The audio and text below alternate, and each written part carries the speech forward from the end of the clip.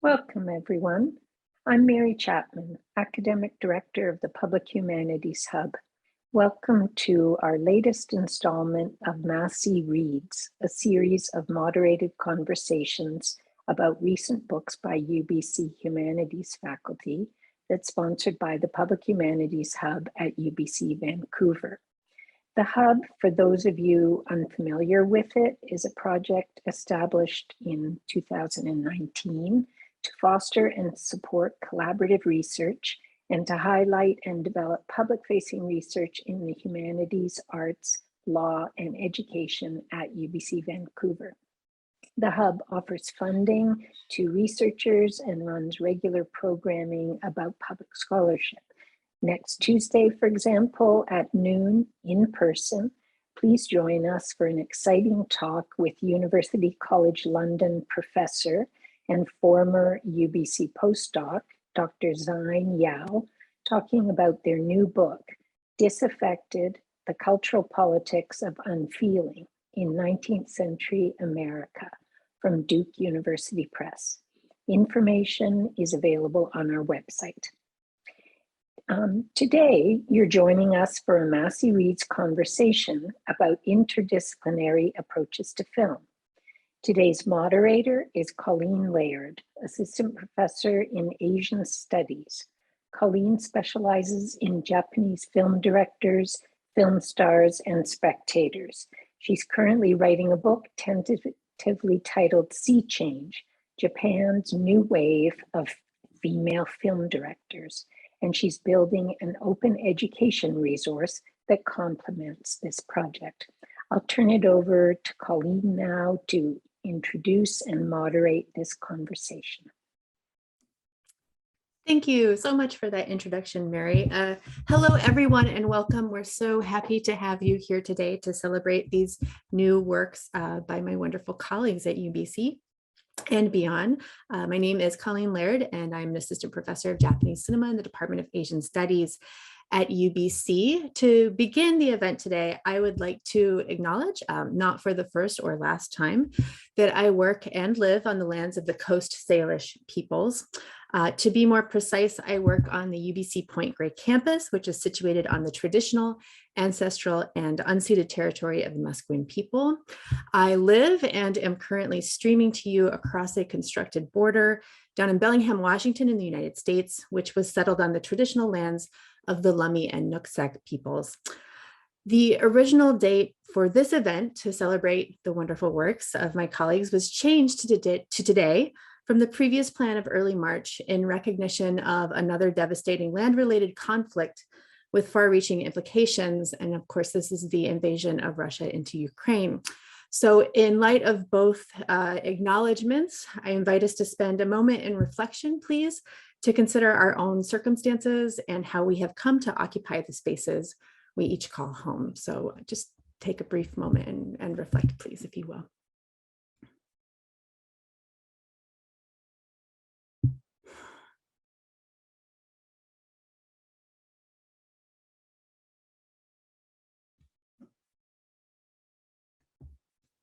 Thank you, everybody, for doing that with me.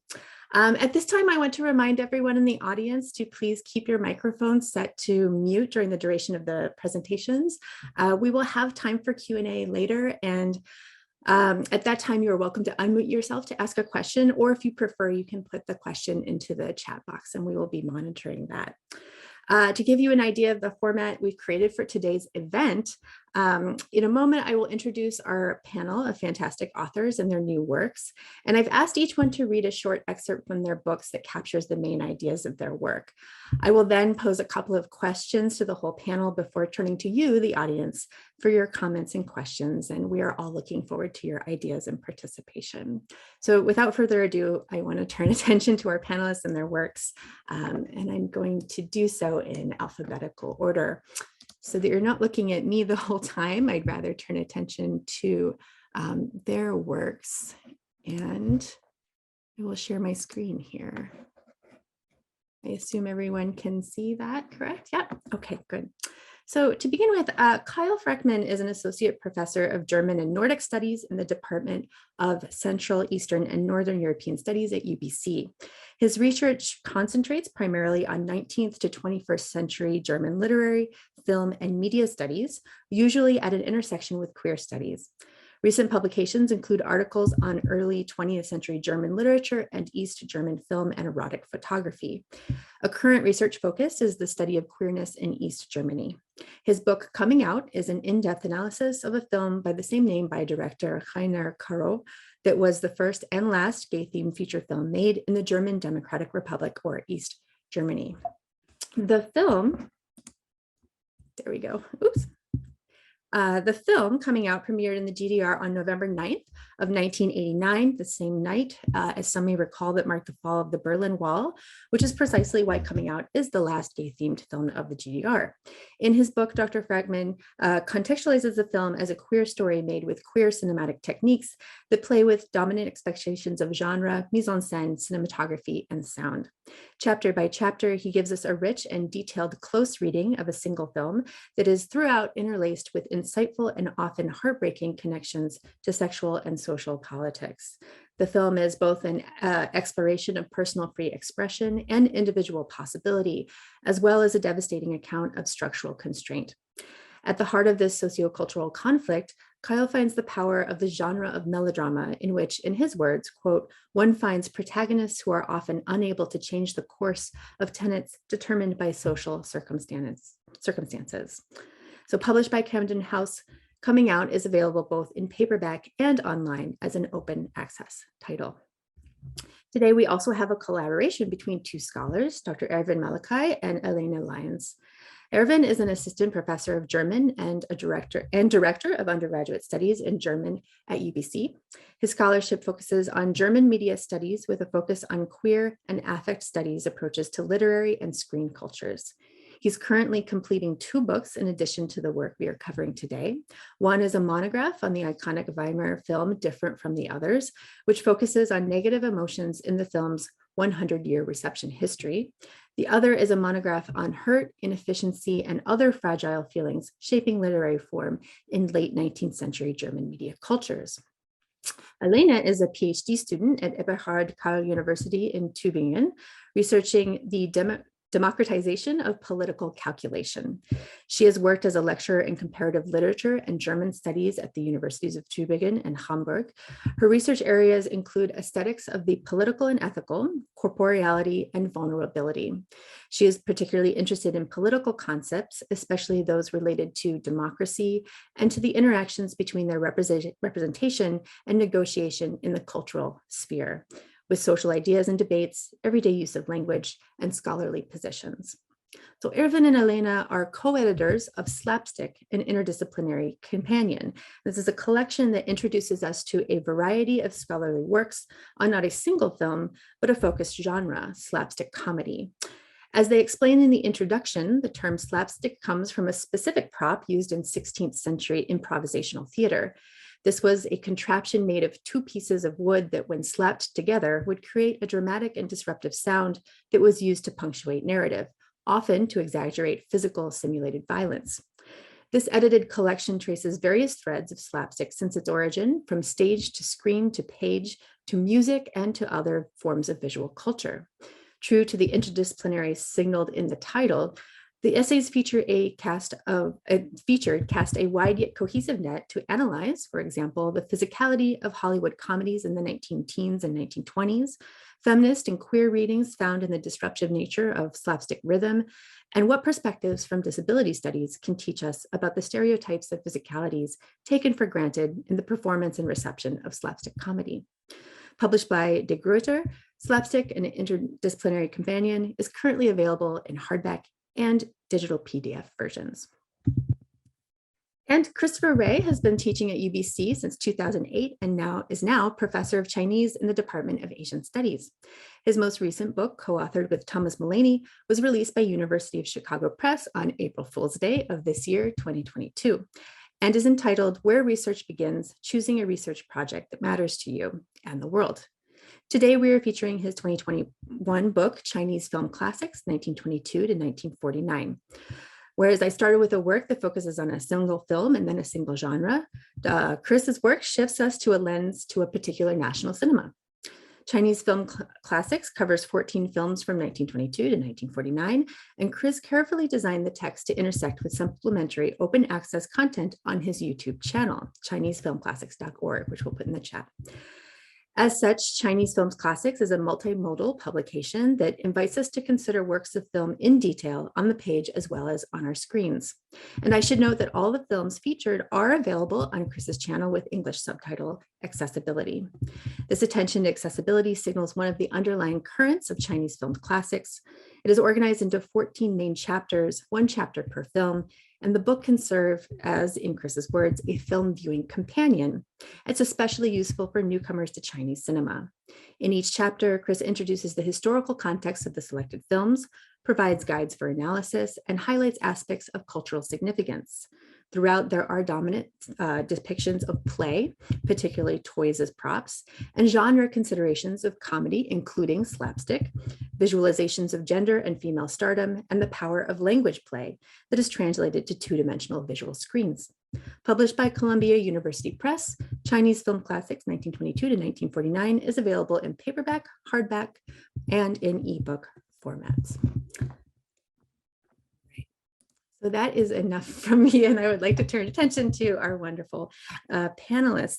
So I've asked each of them to read a short excerpt from their book that captures the ideas and priorities of the work. Each panelist will briefly provide context of the piece and how it connects to the main goals of their work. So now I'd like to turn to Kyle to set us off. Thank you, Colleen, for the fabulous introductions. I love the slide with the film stills. I wonder if you could put that up, because I will give a little bit of a synopsis of the film for people who haven't seen it, and that might help people feel not quite so lost. So thank you again. Just a brief content warning. I will be very briefly mentioning suicide in the synopsis of the film. The fall of the Berlin Wall on November 9th, 1989 is an event known to most people familiar with the history of the late 20th century. Seemingly near miraculous at the time, as even a year or two earlier, almost no one would have predicted it, it hastened the end of the Cold War and led to the unification of the two Germanys. These earth-shaking changes were mirrored in a much more subtle, even hidden set of developments in the society and culture of the German Democratic Republic, or GDR, East Germany, in the months and years leading up to that point. One of these was an increasing public tolerance of homosexuality. So it is ironic that the premiere of the first and only gay-themed feature film to be made in the GDR and the first film to show an extended same-sex sexual encounter occurred on the very night of the fall of the wall, that same November 9th, and was overshadowed by it. Slightly, one can say. Although the film coming out, directed by Heiner Caro with a screenplay by Wolfram Witt, was critically acclaimed and won, among other awards, the Silver Bear and Teddy at the 1990 Berlin International Film Festival, or Berlinale. The attention it received was undoubtedly attenuated by the world-changing political events taking place around its premiere. Coming Out is a monumental film. This film, both its story and the filmic way it is told, is at once typical and extremely unusual for the cinema of the GDR and for the director who created it. Coming Out is an emotional engagement with the state of the GDR in the late 1980s, using melodrama and manipulation of genre to depict the plight of LGBTQ+ people. It is a queer story told using queer techniques. It uses a conventional cis heteronormative form to deliver queer content, turning what could have been a traditional heterosexual love story into an unconventional queer story. As I discuss in the book, the film plays with genre expectations, mise en scène, cinematography, and sound and music to change the viewer's expectations and to make the narrative of the film itself an example of queerness in a field of supposed normality. Coming Out resists narrative closure, opting instead for a hopeful yet critical portrayal of the character's world. A brief synopsis of Coming Out reinforces the melodramatic nature of the story. The film proceeds chronologically and opens with the aftermath of a New Year's Eve suicide attempt by Matthias, here shown in the tutu in the middle picture, who decided to end his life because of his homosexuality. The focal character, Philipp Klarmann, here up at the top on the right, is a young teacher who enters a relationship with one of his colleagues, Tanya, on the bottom photograph on the left, who eventually gets pregnant by him. The unexpected appearance of Tanya's friend, Jakob, with whom he had been romantically involved, sends Philip into an emotional tailspin. He begins to explore gay bars, which facilitates the start of his relationship with Matthias. The parallel competing identities that Philip tries to maintain are unsustainable, and his personal and professional lives fall into disarray. He's rejected by Matthias, Tanya, and even his mother. Along the way, Philip learns more about queer life in East Berlin and meets characters like the waiter, Achim, waitress, Charlotte, played by famed trans icon Charlotte von Marsdorf, and Walter, a victim of anti-queer persecution under the Nazis and dedicated to the socialist cause, all of whom contribute both to a rehabilitation of Philip's character and an improvement of the circumstances in which he is struggling. By the end of the film, his relationships with Tanya and Matthias have ended, but he is content and certain in his own identity, although homophobia and its consequences have disrupted the lives of Philip, Matthias, Tanya, and many others in the film.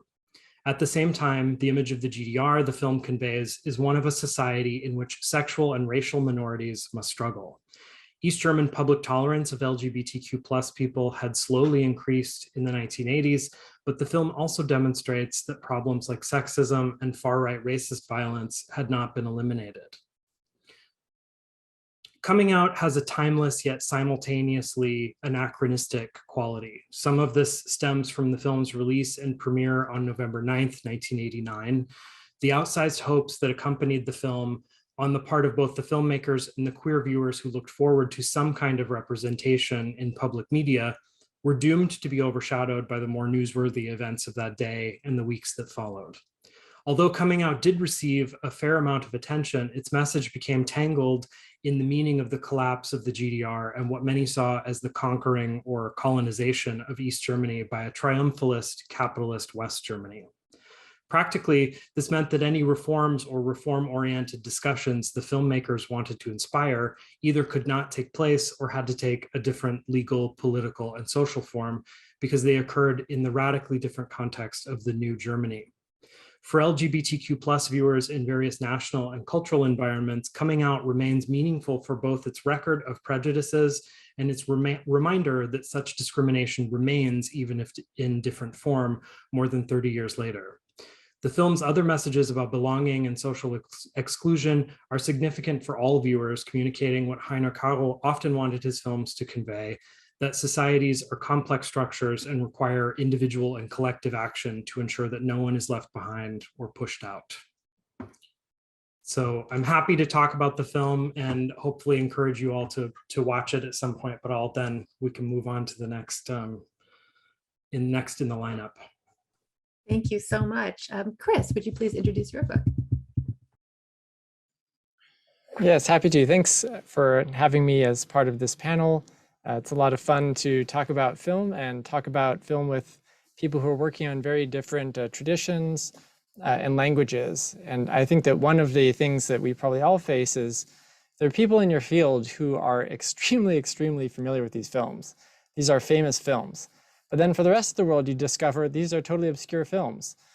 And so how do you persuade people beyond your small circle to look at them, to give these films a chance, to kind of discover their interest, their greatness, their artistic value, historical value, and so on. And so that's one of the things that I would try to tackle in this book. And so I'm just going to read a brief excerpt from the introduction where I'm trying to make my case. It's part of the case that I'm making to the reader of why watch these films in the first place, before then going on to consider my expert opinions on them or whatever research and readings that I bring to bear on the matter. So this is just a brief reading from the introduction here. And I should mention at the beginning that one of the things that I do in the book is I look at 14 films, film by film by film. So I totally envy Kyle that he got to focus on one film, because that's actually what I pitched to the publisher first. I just want to write one book about one film. Like, no, could you do an anthology? So okay, 14 films. So, and you worry about giving short shrift to each of them, but at the end of the day, we're all trying to open things up here. So I focus on these films as texts, and here are 2 more reasons to pay attention to these films beside their quality as standalone works of art. First, they provide unique perspectives on the history of global cinema. Republican Chinese films, meaning from 1912 to 1949, draw from, respond to, and often diverge from films produced in Berlin, Hollywood, Paris, and London. We see moral melodramas, Art Deco graphics, expressionist sets, Eisensteinian montage, Laurel and Hardy slapstick, and any number of classical Hollywood soft focus close-ups. We hear Western orchestral music, jazz, and folk songs. In Goddess, Ranling Yu, the quote-unquote Chinese Garbo, appears in front of an ad for Garbo brand cigarettes. Viewers familiar with Victor Fleming, D.W. Griffith, Buster Keaton, Harold Lloyd, Ernst Lubitsch, and V.W. Murnau will find here familiar editing, performance, and other cinematic techniques. Take Lubitsch. New Women, 1935, contains a shot of an attempted kiss in a round mirror, likely inspired by 2 shots in Trouble in Paradise, 1932. A similar open mirror appears in Begonia from 1943. Wanderings of Three Hares, the Orphan begins with a pre-dawn scene of an old man shoveling refuse. Trouble in Paradise begins with a pre-dawn scene of an old man dumping garbage. In Paradise, a woman remarks that her rival in love paid 125,000 francs for a handbag, but only 100,000 for a man. Three Hares, Sandmal once attempts to sell himself for 100,000 yuan, while a foreign doll sells for 10 million. In Bluebeard's Eighth Wife, Lubitsch's film, a couple meet in a shop haggling over a pair of pajamas. In Long Live the Missus, the Chinese film, a couple meets in a shop haggling over pineapples. Diary of a Homecoming from 1947 features an exchange of slaps, very controversial these days, between husband and wife, and mock triumphant music similar to Taming of the Shrew seen in Bluebeard. Yet in these Chinese films, we also find linguistic jokes, character archetypes, performance styles, songs, costuming, references to external events, and political messaging found nowhere else. Filmmakers like Fei Mu express indigenous aesthetics such as you, meaning contemplative movement, through mobile framing, achieving an effect akin to a gaze traveling horizontally across a landscape scroll. Zhang Shichuan and Sun Yu, both directors, include visual puns based on Chinese expressions. The erhu fiddle heard in Street Angels from 1937, the popular and operatic compositions sung in The Great Road from 1934, Song at Midnight, 1937, the qipao dresses and convoluted plot lines of Long Live the Missus, and the poetry embedded in Spring River Flows East are just a few examples of Chinese contributions to cinematic form.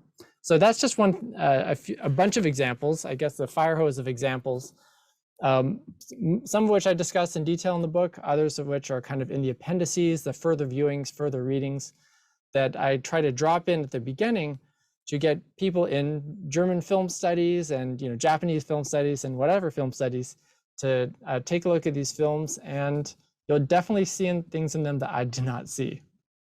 So that would be how I'd kick things. Thank you so much, Chris. Ervin and Elena, will you please introduce your book?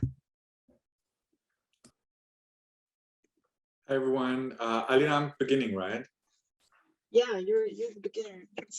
I have this great pleasure to present with my collaborator, co-conspirator, and dear friend Alina. We worked on this project together and we finalized it over the course of this wretched pandemic. I want to also acknowledge that the contributors to the volume had quite a lot going on. It was quite a lot of hardship. There was quite a lot of people had to actually drop out. And I want to acknowledge one of the contributors to the volume was Laura Isakov, who's one of the former PhD students in our department have passed away and had contributed very significantly to this project. And a lot of this is done in her memory too. So I hope you'll join me in acknowledging that. The volume is comprised of 6 large sections, 18 chapters, has a big scope, and the goal really was to unlock very many different types of approaches to what we would call slapstick cultures. We have the 6 sections are history of slapstick, instruments of slapstick, narrative structures of slapstick, the bodies of slapstick, and the politics of slapstick. And in these sections, slapstick is a genre in the traditional sense. So, as in classical slapstick movie, for instance, but it's also a means by which you can study cultural objects beyond film, or at least that's kind of how we and our contributors have embraced an approach to slapstick. So here, slapstick is a means to productively engage with body humor in the literature of the Middle Ages, for instance, musical scores of the 19th and 20th centuries, postmodern theater. One contributor works on photography. We have another who works on viral YouTube videos. So slapstick really is a means for us to approach cultural history as such. And there are quite a lot of moments that we characterize as slapstick moments or worthy of slapstick-esque attention, even if they are not located within the classical purview of slapstick comedy in the early 20th century. So each one of the sections has an introduction, and to give you an idea of what we mean or what we do in some of this project, we will read the introduction to the section on the so-called instruments of slapstick. So I'll begin, and then Elena will read the second half of this. Given its iconic status, it seems appropriate to open the section of this volume on the instruments of slapstick with one of its most popular tropes. The gag in question revolves around the slapstick protagonist slipping on a banana peel. In the course of film history, the slip on a banana peel has indeed become a staple of film comedy. It was initiated by Charlie Chaplin's short film By the Sea from 1915. The gag was taken up and developed further by Harold Lloyd, and a decade later figures prominently in the iconic pie fight with Stan Laurel and Oliver Hardy.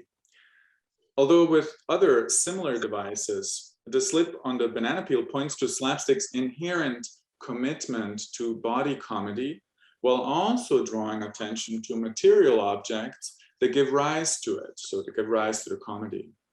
The slapstick protagonist's encounter of the material world frequently takes place, as Andrew Scott notes, through the objects that constitute its gags, so the instruments and objects that constitute its gags. And I quote Andrew Scott, "Slapstick is where the body meets the world of things, and hence it is suitably fascinated with objects. By examining the identity and utility of things and playing with the spaces they occupy, their dimensions, properties, and cultural significance, the body's relationship to the external world is made strange," end quote. So drawing on a work of Henri Bergson, Scott's reflections on slapstick's body politics are also a means by which to highlight slapstick's investment in the mechanical, which scholars like Rob King have attributed to corresponding social developments. For instance, I quote, "the formation of mass culture and its relation to turn of the century technological advance," end quote. In the same vein, Tom Gunning points to the apparent life of their own that machine objects can develop in slapstick gags. And I quote Tom Gunning here, "Besides the actual machines or involuntary bodily reactions, recalcitrant objects can block or defeat purposes unexpectedly. With their seemingly intentional resistance to human purposes, such demonic objects often resemble crazy machines as their resistance becomes sustained and seemingly purposeful," end quote. So the slip on a banana peel, like other physical gags, in our assessment, has a really long history though. So its predecessor is in the trope of what people call the laughable fall, which is featured in various texts throughout cultural history. Take, for instance, die Geschichte von Hans Guck in die Luft, or the story of John Look in the Air by Heinrich Hoffmann. It was published in the collection Der Struwwelpeter oder lustige Geschichten und drollige Bilder, or Struwwelpeter, or the petty stories and funny pictures from 1845, which contains a lot of comedic scenarios deployed in the service of violent pedagogy. So in the story, a child constantly looks up into the air while walking and trips, first over a dog and later into a river.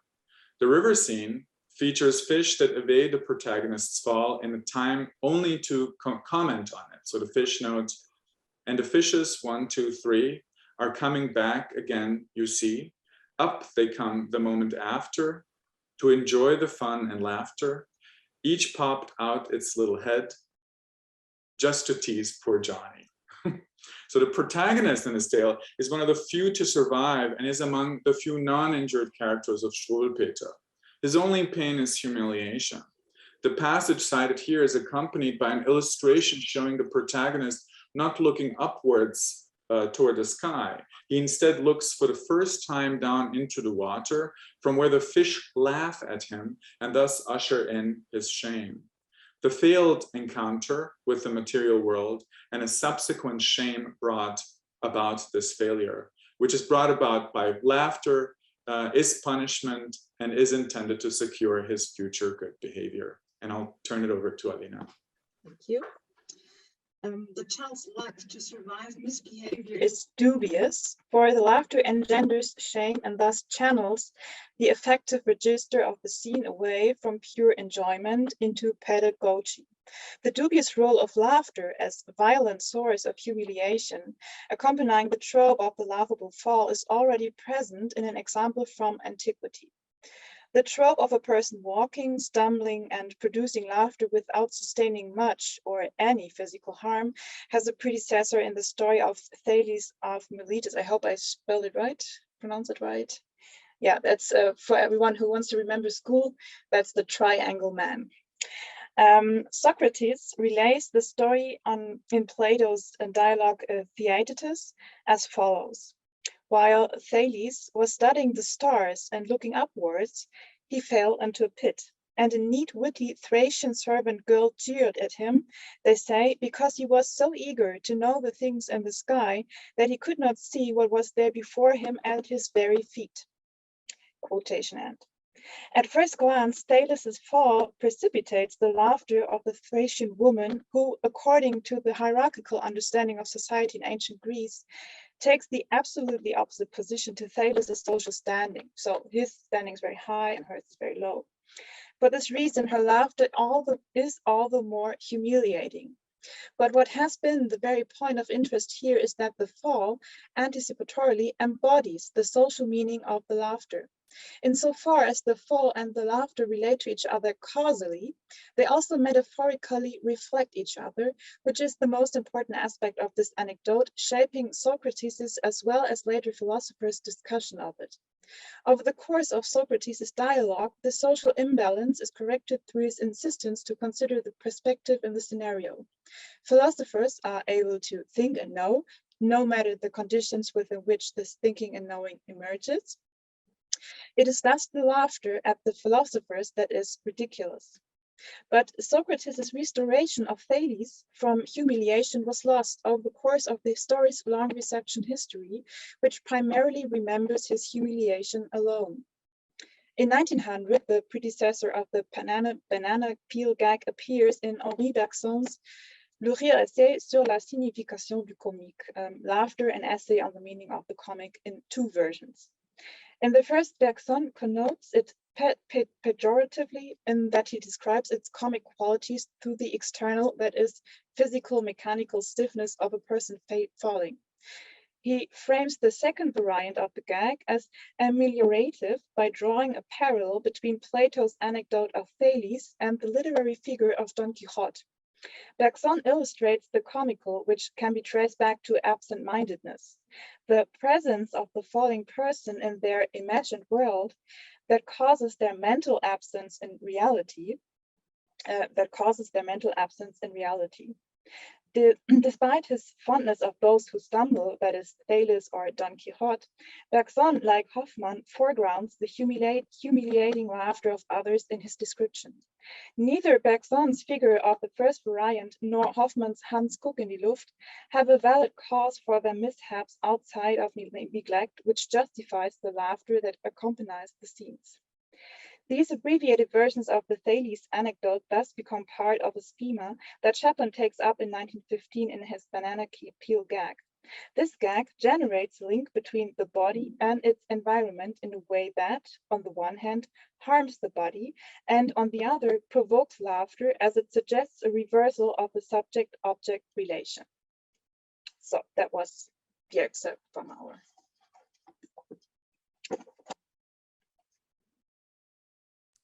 Thank you, everyone. Thank you for those wonderful, rich excerpts from your own works. And as the audience can hear, in addition to being very interesting works, they're also very well written and engaging. So it's a delight to read these. I'm going to start out with a question of personal interest. I'm always interested in authors' explanations about the process of their work. What inspired you to start this research project, and what was the process of putting it together? And maybe also the end result. Who is this work for, and who do you hope to reach? So a cluster of questions to get us started. And we'll switch up the order here. We'll start with Chris. Thanks, Colleen. This is really fascinating stuff to hear what other people are working on.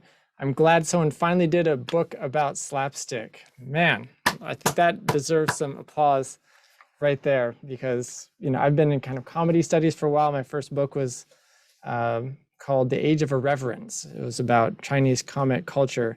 Very little about film, but I love for people to move beyond Bergson and Bakhtin and all the usual crowd. So this is really, really exciting stuff. But for Chinese film classics, it was a very different book than previous ones I've done, in that it is in some ways a textbook, but it also has, I came from a background that's very focused on print culture. So I was kind of new to cinema studies. And so one of the interdisciplinary parts of my study, I guess you could say, is that I spent a lot of time at UC Berkeley in their Chinese film studies print culture archive there. And so a lot of this, one of the angles that I use to look at these films is through print media and radio and other media as well.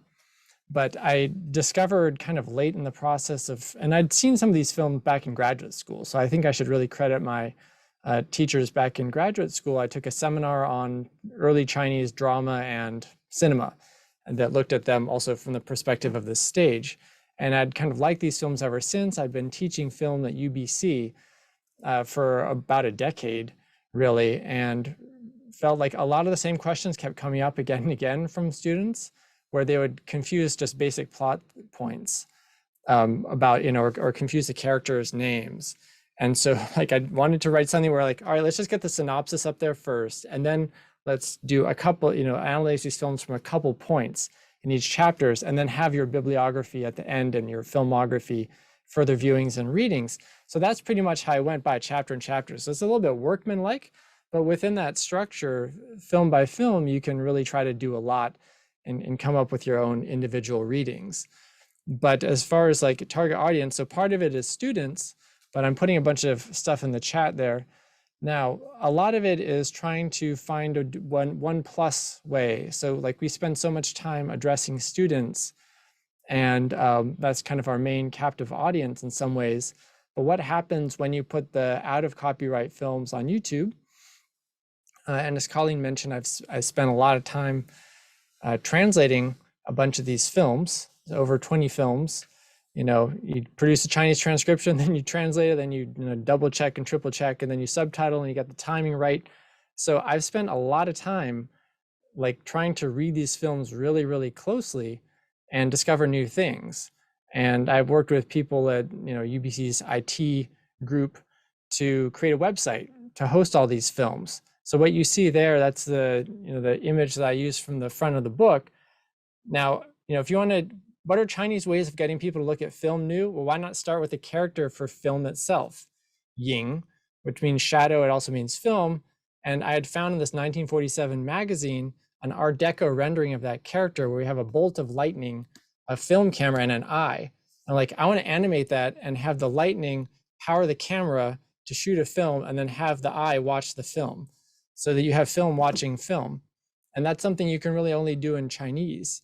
So it's, you know, there's so many ways that film can lead to new discoveries. And so part of it is, of course, just making the films available. So, you know, creating a website and like a little, you know, thumbnail for each film and the description, et cetera, et cetera, et cetera. You know, so we got almost 30 films now. But then, you know, if people have never heard of the film, they're probably not going to sit down and watch an 1.5-hour film without a little bit of persuading. So what else do you do? Okay, so I've got the films on my YouTube channel here too, right? And you can scroll through, you can find them, you can browse. You can see, you know, which starlet has the prettiest smile if you want, or the most strapping chest for the Great Mode. If you like homoeroticism, the Great Road is a good film to start with. But you know, best of early cinema. You know, after watching these whole films, I tried to choose like different scenes and snip out 4 minutes or 5 minutes, and find kind of unexpected ways for people to approach these films thematically. You know, best cameo by a chicken.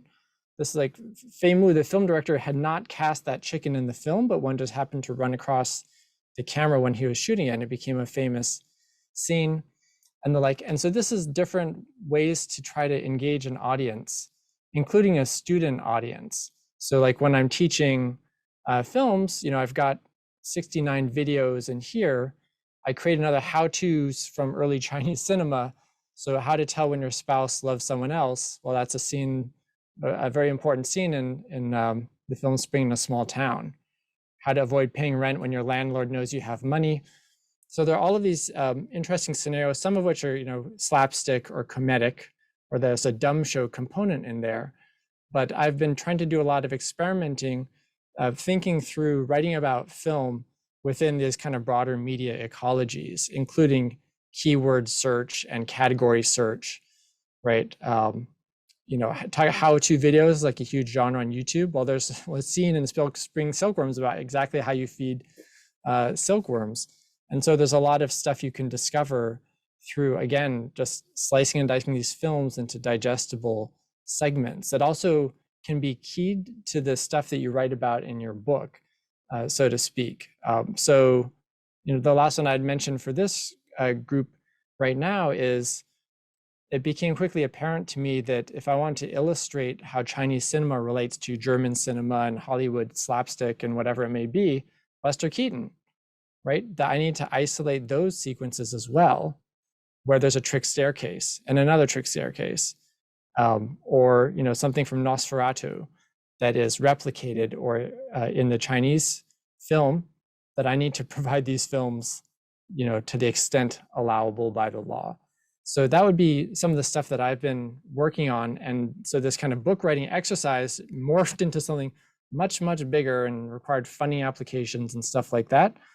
But, you know, ultimately helped a book that might, and like ideas that might reach a few hundred people, maybe a few thousand people, to move into the tens and hundreds of thousands. This is not a triumphalist narrative because it's still a work in progress, and it's a ton of work, and it ain't over with. But I showed that, I did that little show and tell thing partly because I'm hoping that you know, people who are interested in cinema but work in other traditions would contribute to this type of effort, so that we can build this kind of shared repository for teaching, research, and, you know, bring in all these unexpected responses from the internet community. Thank you so much, Chris. I've just seen the amount of materials that you've put together in a really creative way is so inspiring, and hopefully everyone can see what I see, which is also an incredible amount of labor that went into that as well. And I hope it's a labor of love as well. So Ervin and Elena, will you please talk a little bit about your process and inspiration and target goals? Yeah, thank you very much. Thank you, Chris, for this super interesting insights. I'm going to binge this tonight, so maybe I'm dead tomorrow. but I think that's, yeah, incredible work you've done. Very, very interesting. Yeah, I think maybe the core, our core issue was to not to enter a field of research that's already been there. I mean, there is slapstick research, but the general or the main part concentrates on slapstick as genre, as a classical American film genre or comedy genre from the 1920s and 1930s, and maybe there are some things before and some things afterwards, but that's usually the main focus of research. And what we wanted to try, or what we are trying to, is like restructuring this field of research and to break up a little bit the way we consider slapstick. And to me personally, this started as a slightly different, only by coincidence, in connection with another kind of research. I was writing about Heinrich von Kleist's Michael Kohlhaas, a novella from 1808. So something totally, everybody who's familiar with this work knows this is absolutely not a comedic work, and it's not very comical. It's about some guy, a nice, or he's a nice man trading horses in the 16th century, and he experiences some kind of injustice, and this is not going to be corrected. And the whole novella is a story of how he's trying, or how he's starting again and again attempts to correct this injustice that he has suffered. And in the course of these tries and attempts who all fail, the whole world starts to burn. He loses his family. A lot of people get injured or killed or whatever, and so on. So it's really dramatic. And it's quite a peculiar text. And to me, it appeared, when I wanted to analyze it, it was very similar in its structure to a German comedy TV sketch by Loriot, called Room Devastation. We talked about it in our introduction, which is a really cool slapstick sketch from the 1970s. Also, a trading or a salesman is entering a house of, I don't know, customers or probable customers, and he's just trying to correct a crookedly hanging picture, and as he is trying to do this, he just causes the next in order, or the next destruction of the furniture in this room. And in the end, after all his failed attempts to cause the next, or to correct the next one he's caused, and so on, he leaves the room completely devastated, and only commenting on that the picture is crooked, yeah. And to me, it was very striking that this one example was rather tragic, and the other one was clearly comedic, and also clearly something we would describe or refer to as slapstick. And but nevertheless, they were completely, when you dive deeper into it, you will see more parallels on deeper structures, on deeper layers of this text or of the novella. You will see that those parallels are or parallel structures are extremely striking. It seemed to me that it is possible to have a look at slapstick as a technique independently from questions of comedy. So when this is the case, that was my starting question. If this is the case, is it possible to find other artifacts, so to speak, or examples of slapstick, not where we would look for slapstick, not in movies, not in the American context, and so on. And that was the time I approached Ervin, and we started, I think in our first talks, we started talking about 19th century literature in Germany. Like I think we talked about Adalbert von Chamisso, right? Yeah, and others. And we soon found a lot of parallels to other disciplines that are not tied to the medium of film. But as we as we started with our project, we soon discovered it was not easy to find all those researchers and people from the different fields, because it's not so, yeah, it was obviously not so easy to slapstick other than in questions of comedy and film. So that was something we wanted to try to, and that was something we hope we could put together. I don't know, Ervin, if you want to add something to this. It was fantastic. It's what you noted. Maybe just one last point was that the intent was to kind of open up the field, whatever this field may be, like a non-field. It's a non-field, really, and to kind of invite subsequent follow-up projects that could maybe take us into really surprising arenas with regards to how to bring ideas around slapstick in conversation with many different types of media from different types of time periods, different types of cultural contexts. Sometimes this also includes like what happens when you bring, for instance, you mentioned this, Colleen, like what happens when you bring disability studies in conversation with a classical genre of film such as slapstick. Like what sorts of insights could be brought about? What happens with queer, feminist sexuality studies? What sorts of valence do these or sorts of ideas do emerge when you bring some of these classical ideas of slapstick in conversation with the medium of photography itself, so not the moving image, but rather the still image, just something that Alina explores in her contribution to this claim. So the idea here is to like, let's just write more about slapstick and kind of break down some of these received barrier, I'm tempted to call it barrier. I think for a long time it was really barriers. They're really sort of like one-dimensional ways to discussing humor and particularly slapstick sort of genre in cinema studies. And we're just trying to break free from that a little bit, but not by way of noting here's an authoritative way to do so, but rather this is what we think, this is what some of the contributors think. We would love to hear some of your thoughts on this.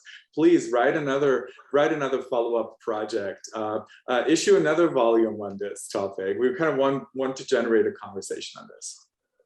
Yeah, also just to add, we haven't talked about, we do have a contribution from an artist who was contributing from a transdisciplinary perspective. So she was like making this slapstick point, on the one hand, taking it back to the field of philosophy and reflection, but implementing it into an artistic and artificial structures of her own text work, so to speak, which has to be seen as an artistic work. Well, it seems like from the volume you certainly have opened a field, because there's a wealth of material that you put together, even though you mentioned that it was hard to find people to contribute at first. So I'm curious, we have two different projects that are in some way coming out of literary studies or print studies, and I'm curious, Kyle, about your process and inspiration here now. Yeah, I first watched this film in graduate school, and it kind of haunted me or followed me in a lot of ways through parts of what I was doing. I'm another project I have going on right now is a larger book about queerness in the GDR, seen through various media lenses, and coming out, the film looms very large in the history of queer themes and topics in East Germany, but often the engagement with it has been relatively minimal, partly because, as I mentioned before, it usually gets overshadowed. It gets combined with the narrative of the fall of the Berlin Wall and the unification of the two Germanys, and it becomes kind of a minor anecdote. And so there are also, we may talk about this with the genre questions, there are also some stylistic things in it that, for one thing, it's an East German film, which is not to everyone's taste, but there's some stylistic things in it that are not always amenable to large audiences. So without some kind of indoctrination, for another word, or introduction.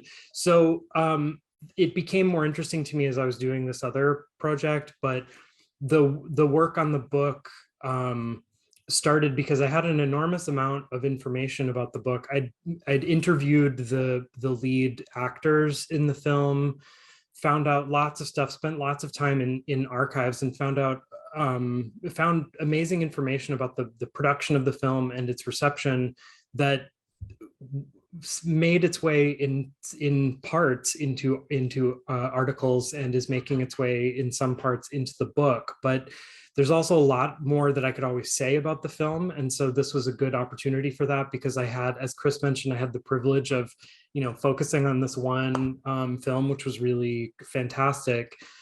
It also coincided with the desire by the DEFA Foundation and the DEFA Film Library in the United States, the DEFA Foundation in Germany, to release a new restored version of the film. So to coincide partly or as closely as possible with the 30-year anniversary. So it ended up coming out right after that. But the film was restored. I was involved in the creation of the new DVD, the selection of features, and writing new subtitles and things like that. So that also combined having to watch the film. I have no idea how many times I've watched this film. So having to watch the film over and over again for all of these various things, then also fed into the work that I was doing for this book project. I also wanted to, with the series that this book appears in, it's targeted more broadly than a lot of books in my field. So I thought that this was a good opportunity potentially to introduce coming out to wider audiences, to try to get more, to encourage more people to watch it.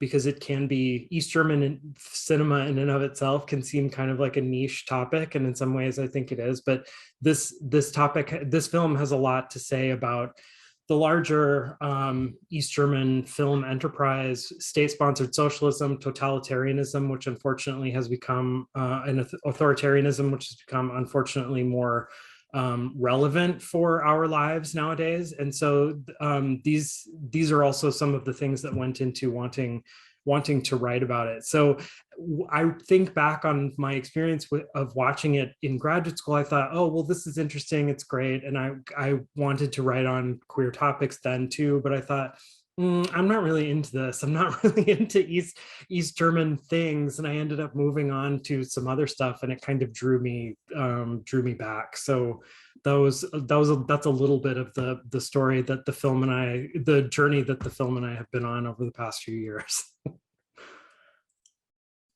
Thank you. I admit I am also quite jealous that you were able to have a project that's focusing on one film. I really wish that I could do that as well.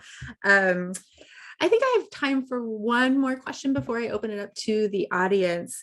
And so in thinking about your backgrounds here, you're all sort of coming to film studies from an interdisciplinary perspective, and you are working in area studies departments, and so am I when I work on cinema as well.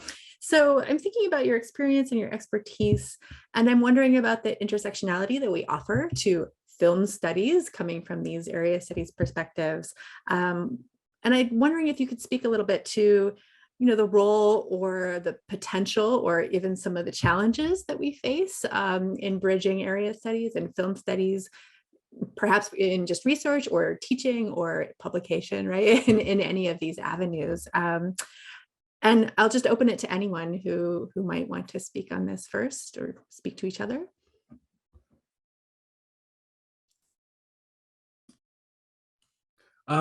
Very briefly, I can say something just about in German, and Ervin can also talk about this because he's in the same field as I am.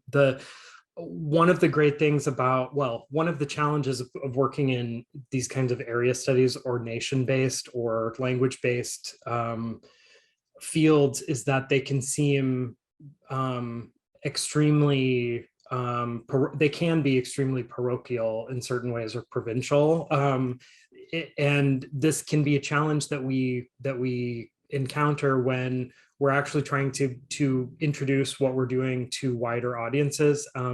Ervin and I know, have encountered this, and I'm sure other people have encountered this as well, where we'll maybe pitch a story even for a public venue, or submit a journal article or something like that. And often the feedback that the part of the feedback that might come back is, well, this is too German. What you're doing is, what you're talking about is too related to a small topic or something like that. And so these projects, interestingly, and also be what we're doing with being affiliated with the Public Humanities Hub, is trying to take that and kind of jump over that hurdle a little bit, and take the connection, make a connection between what we're doing and the wider audiences. So that's one challenge. Ervin might have a more positive aspect of this too. I started shaking my head, but I do actually think I do have a positive aspect.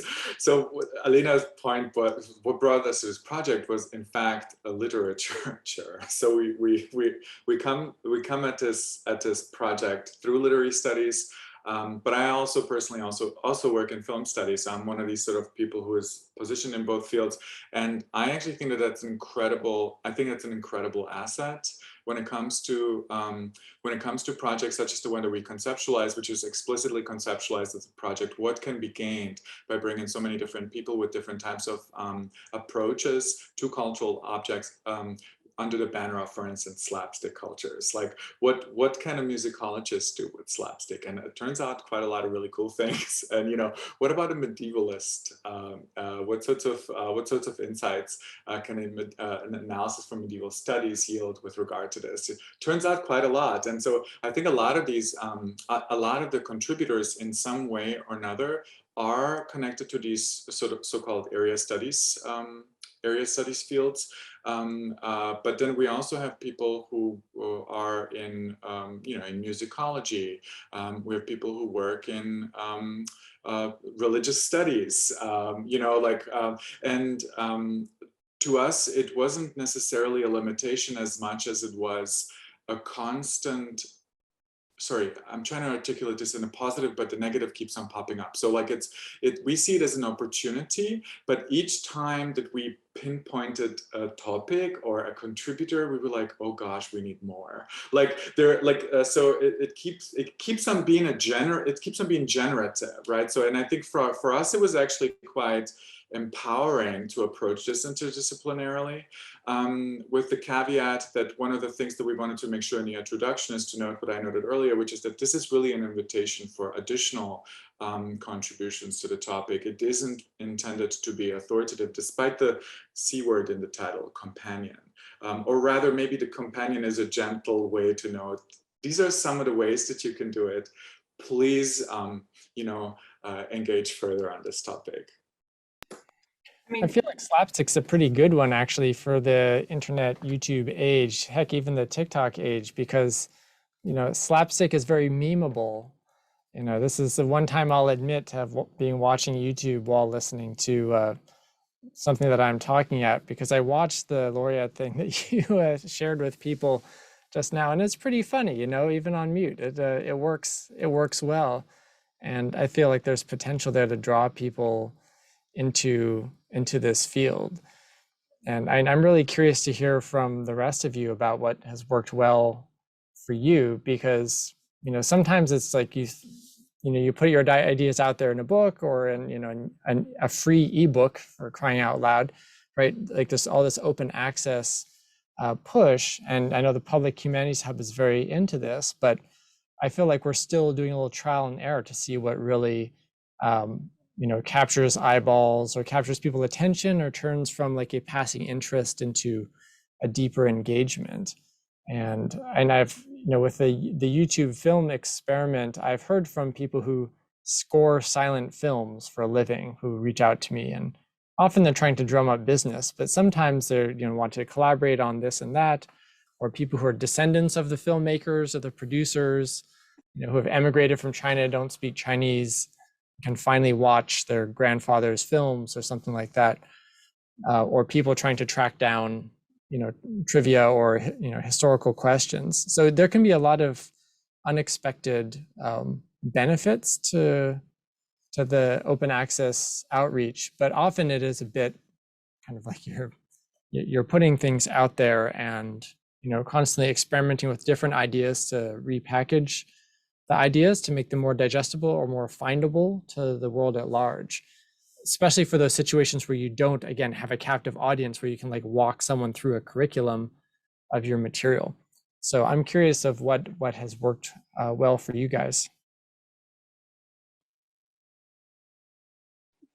So what I found really interesting in working on our volume was that a lot of those researchers coming from areas we were not so familiar with, such as linguistics, general linguistics, or the religious, the one from theology and so on. They also didn't only bring their texts or their issues and questions, they also approached with the theme or the issue of slapstick with the methods they have in their disciplines. And that was sometimes really hard work for Ervin and me to we had really a lot of discussions together with them. How did they mean it, to understand it by ourselves, to find some kind of language sometimes, or to get to the point that is productive for every slide. So that was, I think, the great challenge, but that was also the one of the coolest thing of the whole work on this volume, I believe. So it was, to me, it didn't seem so much that we had some cool issue that was interesting for everybody. It is in a way, but that it was something that could bring together and present other approaches, also very methodological ones, into other disciplines, and we had the possibility to somehow tie them together in a productive way and not in a dead end way, so to speak. I don't know if you have the same feelings, Ervin, but I think that was also the most challenging part. Yes, we did a lot of research in other people's realms.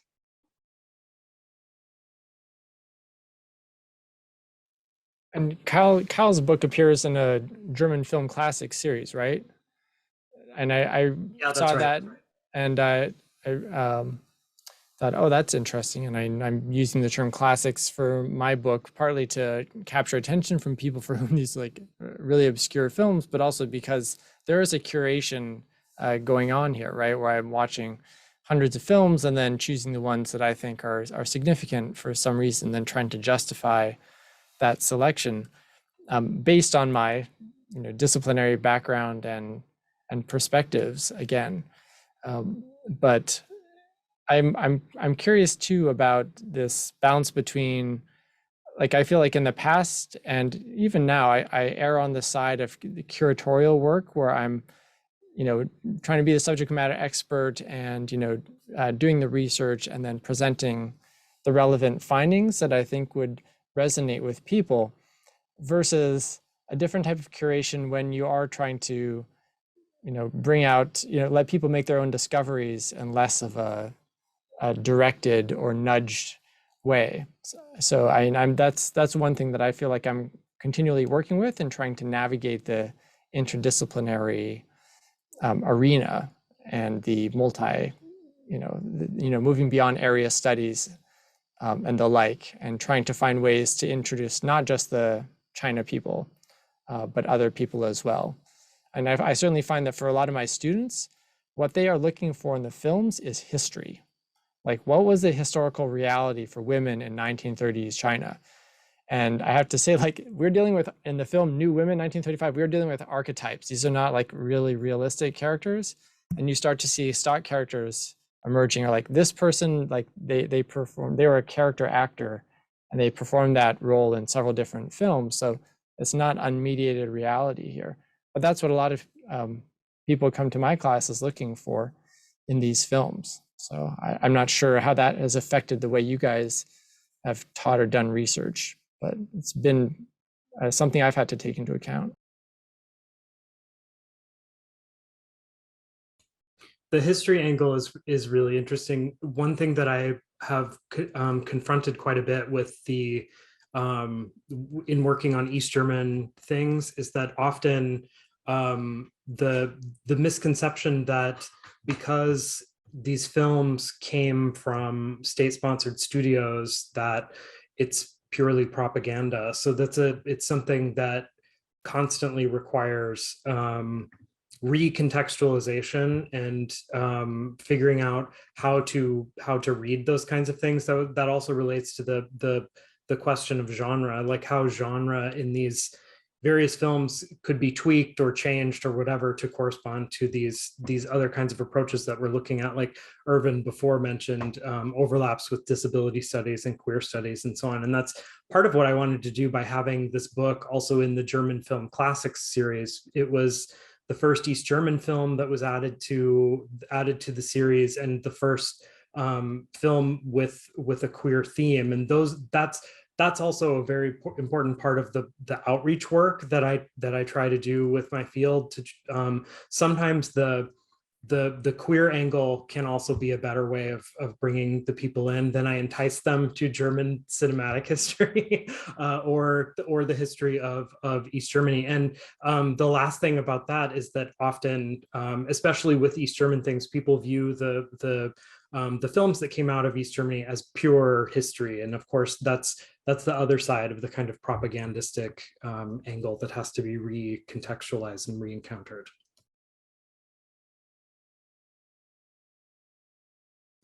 Ervin, please.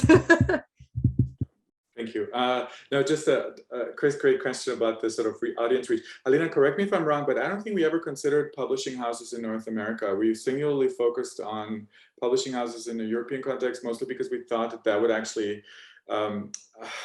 create access to the text in ways that I actually think North American publishing might not. And we could go into detail about this, but it's not I don't think that the book has a sort of like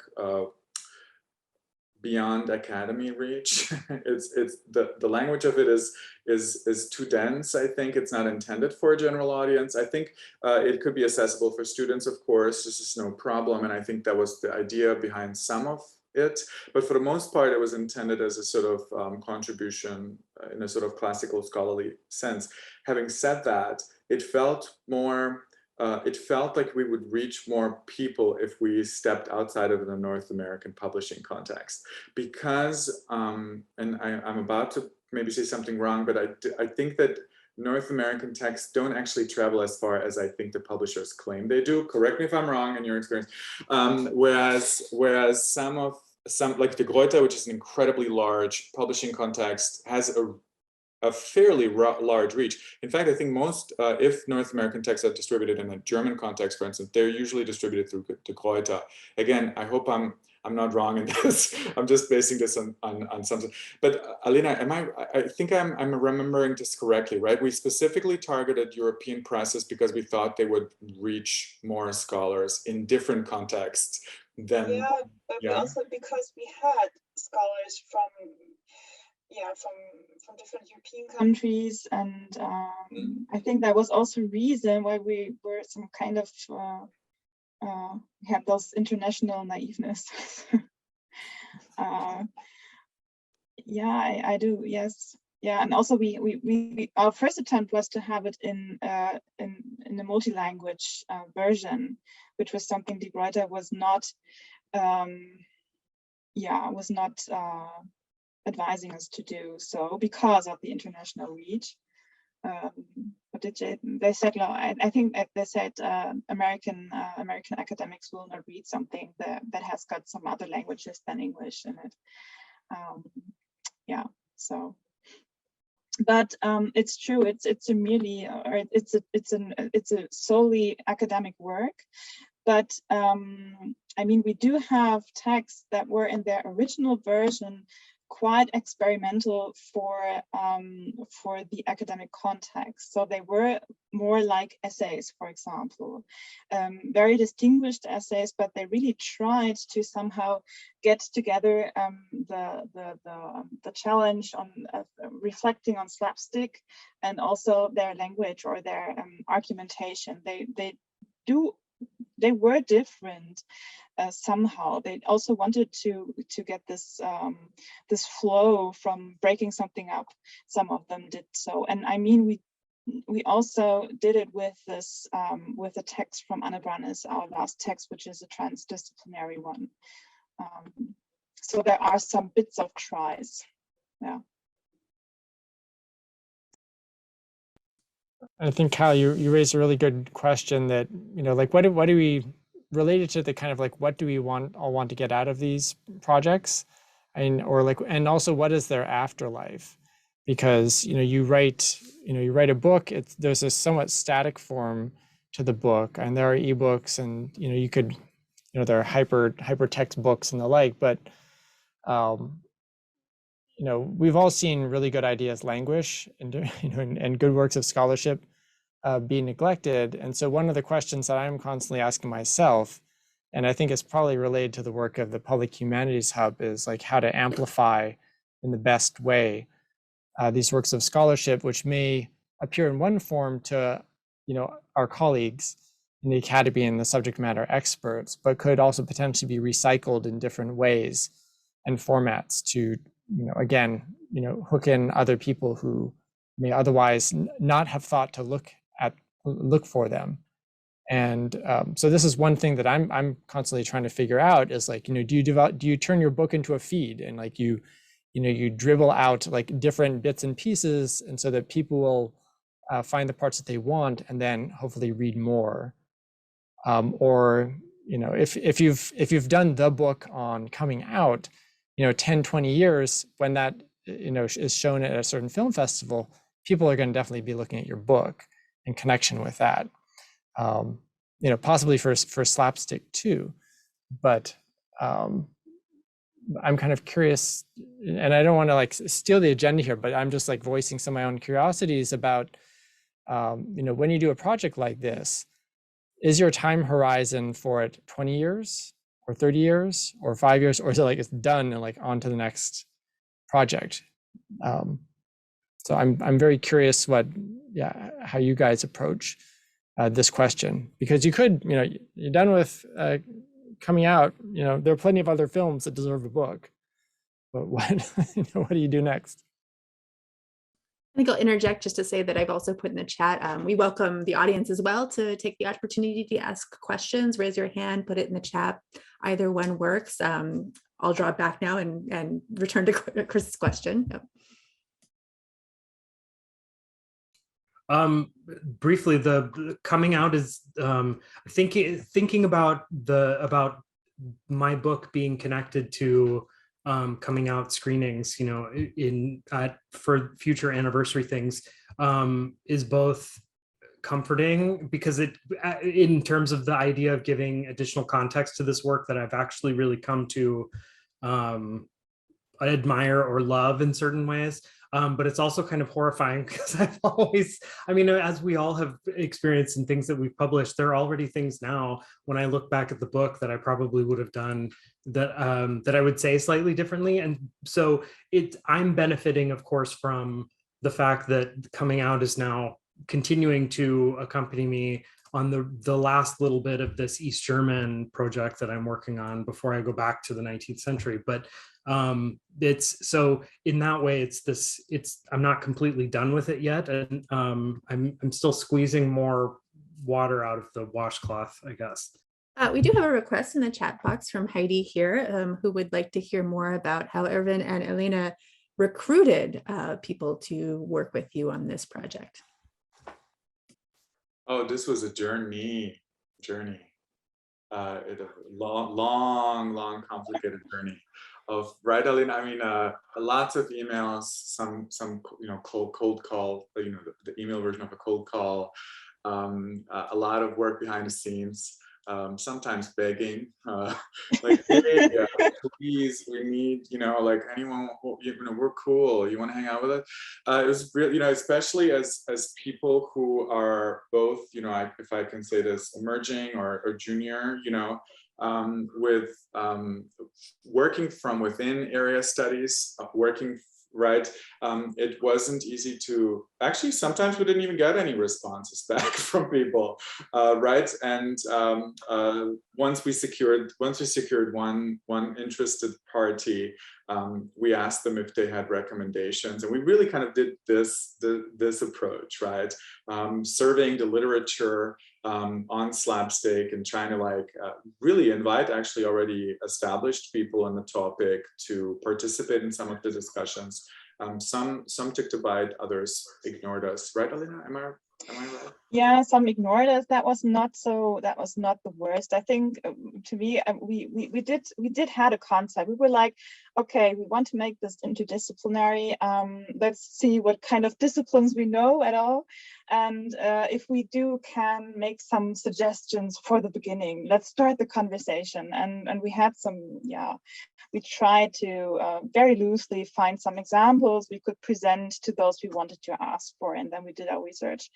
But we did have conversations like, for example, I asked a musicologist who was a researcher on Le Grand Macabre. I think that was one of her, that's an opera from Ligeti. It's a very grotesque one, and it's one of the very obvious connections to the slapstick issue. And I was just talking about our project, and I thought it's super clear why she should participate. And she was answering, she was not saying no, but she was saying, I really don't see what I can contribute to you. And I was, and so those were the rather, those were the worst respondents. But we had a lot of surprises also. I mean, when we had the call for paper, there were, for example, the contributor writing about middle-aged literature. That was really surprised that someone would be interested in participating, and that was a really cool work. And we also had a look at, is it diverse enough, for example? So we did some kind of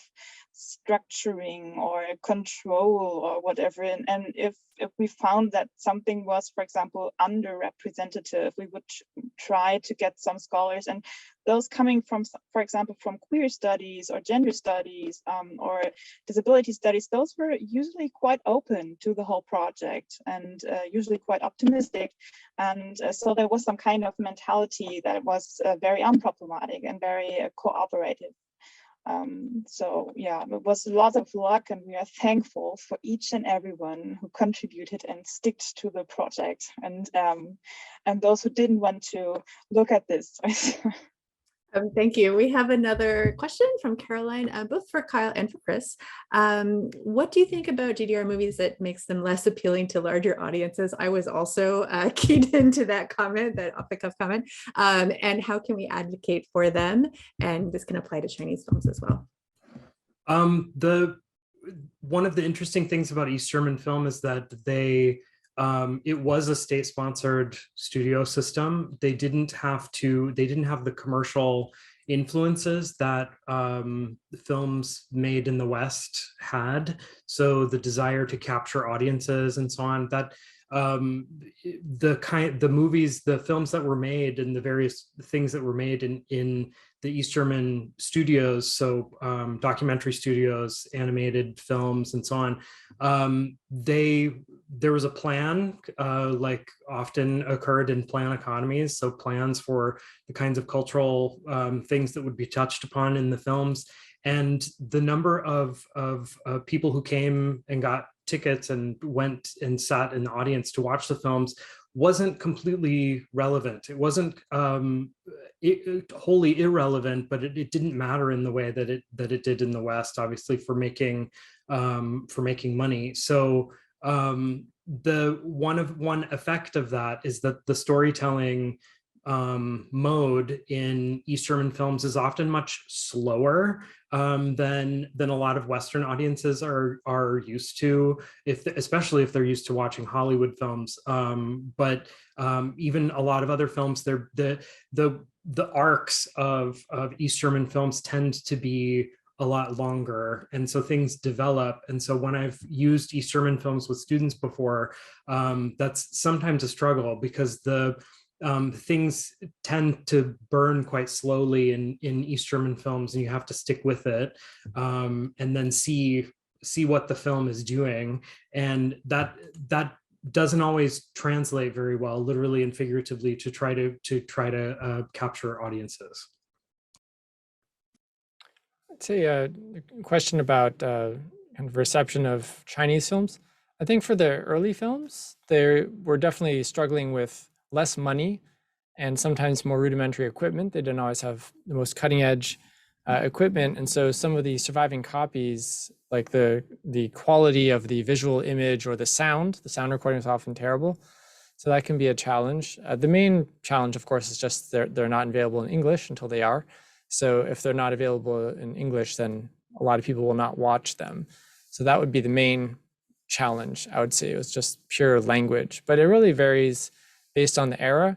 I think for the era of high socialism, the 50s, 60s into the 70s, it may be the GDR problem of like ideology and propaganda or perceived propaganda, or like, you know, the ideology doesn't fit with our audience tastes.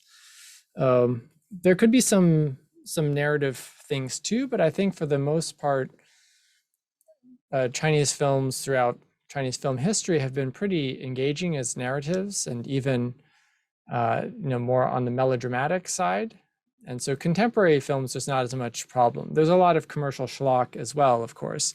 But I would say that, yeah, language would be the main barrier. And so that's really where I'm focusing most of my efforts and trying to recruit translators to work on that. Because I think there is for the early films, there's a relatively stable canon. There are only so many films, and it's really up to the China Film Archive if they're going to release more recent discoveries or restore more early films. So I'm pretty optimistic about the future of viewership for Chinese films.